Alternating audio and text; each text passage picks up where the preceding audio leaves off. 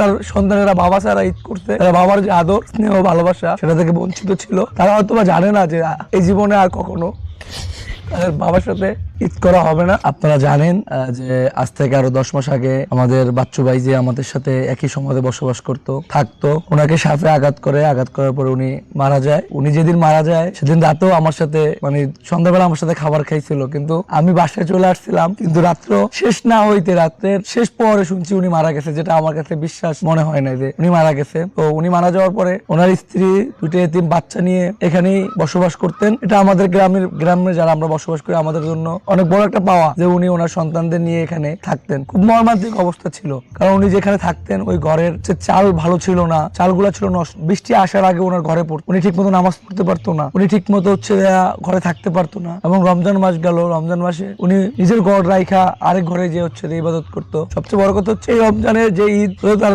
সন্তানেরা বাবা ছাড়া ঈদ করতে, তারা বাবার যে আদর স্নেহ ভালোবাসা সেটা থেকে বঞ্চিত ছিল। তারা হয়তো বা জানে না যে এই জীবনে আর কখনো তাদের বাবার সাথে ঈদ করা হবে না, কখনই তারা ঈদ করতে পারবে না। দিন যত যাবে, তাদের বয়স যত বাড়বে, তারা বাস্তবতা অবশ্যই বুঝবে। সর্বশেষ তার ঘরটা দরকার ছিল, অনেক প্রয়োজন ছিল যে একটা বাচ্চাদের জন্য একটা ঘর করা। আমার যারা শুভাকাঙ্ক্ষী আমার বন্ধু, তারা ঢাকা থেকে এসে আবার গ্রামে যে ঘরটা নির্মাণ করছে, আমি ব্যক্তিগত ভাবে এবং আমার গ্রামের পক্ষ থেকে তাদের প্রতি কৃতজ্ঞ, আমি চিরকৃতজ্ঞ থাকবো। আমি সর্বশেষ আপনাদের ঋণ কখনোই শোধ করতে পারবো না। যে একটা ঘর বিশেষ দরকার ছিল, বিশেষ, যেটার ভাষা ব্যাখ্যা কখনোই পসিবল না, একটা ঘর আপনারা করে দিচ্ছেন, এটা জীবনের সবচেয়ে বড় পাওয়া। আপনাদের কাছে চিরকৃতজ্ঞ থাকবো। সর্বশেষ বেশি কথা বলবো না। আমরা এমন একজন মানুষকে হারিয়েছি যে সব সময় কোনো কিছুর জন্য ডাকলে তাকে কাছে পাইতাম, যে কোনো বিষয় যদি বলতাম কেউ বলতো, সর্বশেষ সে সবার আগে উপস্থিত হইতো। সেই মানুষটাকে হারিয়েছি, এটা খুবই হৃদয় বিদারক। আপনারা তার সন্তানের দিকে একটু খেয়াল রাখবেন। 2টা সন্তান এতিম, এই এতিম 2টা বাচ্চার দিকে সবাই সুদৃষ্টি রাখবেন, সবাই তাদের খেয়াল রাখবেন। আমি এতটুকুই আপনাদের কাছে প্রত্যাশা করবো, সবাই মিলে তাদের একটু পাশে থাকবেন। আসসালামু আলাইকুম।